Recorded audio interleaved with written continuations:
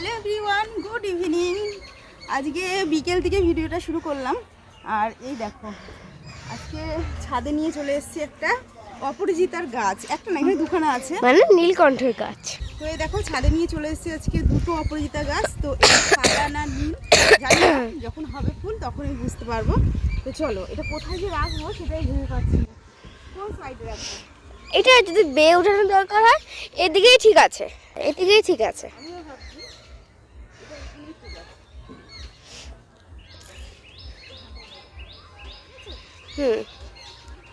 আর একটু বড় হোক তখন আর একটু অন্য জায়গায় সেট করে দিয়ে যাবে। আর আজকে বিকেলে এখনো এখানকার জল দেওয়া হয়নি, হ্যাঁ, একটু জল দেওয়া এই হয়নি। সাদা গাছটা দুটো করে চলে এসছে, ফুটে যাবে।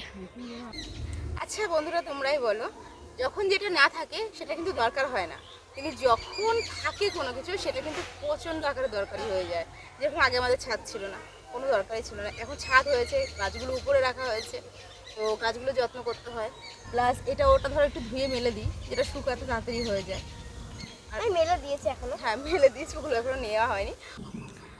তো আমার একটা অনেক বড় স্বপ্ন পূরণ হয়েছে, সেটা তোমাদেরকে দেখাই, চলো।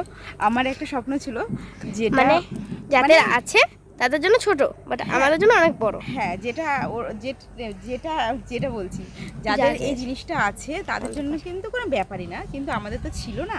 তো এই কারণে যেহেতু নতুন নতুন হয়েছে, তো আমাদের জন্য এটা অনেক বড় একটা পাওনা। মানে আমাদের জন্য কি, বিশেষ করে আমার জন্য, আমার মেয়ের জন্য তো অনেক, আমার বরমশাইয়ের সবারই একটা স্বপ্ন থাকে যে তারা একটা ছোট্ট বাড়ি হোক। তো সেটাই পূর্ণ হয়েছে।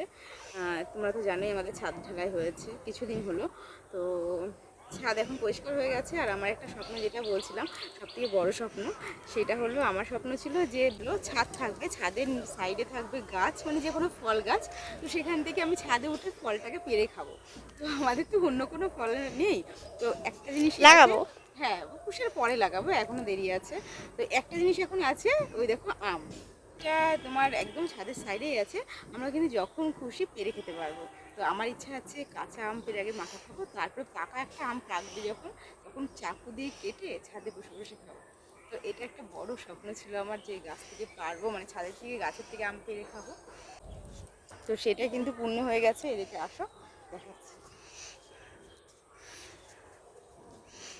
এই দেখো আমাদের ছাদের আম টিপে আছে। নাইস, ওয়াও, কি দারুণ লাগছে। অনেক হয়েছে, অনেক। এই যে পুরো একটা ঝোকা, এটা তো পুরো একদম ঝোপা ধরে যাচ্ছে। সবথেকে বড় এই আমটা। এই ধরিস না, মা ছিঁড়ে যাবে এখনই। সেগুলো আমি এখন খেয়ে দেবো। মানে আমি তো ভাবতেই পারছি না, আম কাটবো, আম মাখবো, আমি খাবো, কোনটা খাবো আগে? তো মাখাটাই খাবো, তারপরে আমি চাটনিও বানিয়ে খাবো। চাটনি বানানো নিচেরটা, এই গাছের আম চাটনি বানিয়ে খাবো না, এটা জাস্ট আমি খাবো কাঁচাটা। না, আমার একটা ইচ্ছা আছে, একটা উনুন নিয়ে আসবো এখানে, ওখান থেকে আম পারবো আর এখানে বসে রান্না করবো, চাটনি খাওয়া। হ্যাঁ হ্যাঁ হ্যাঁ।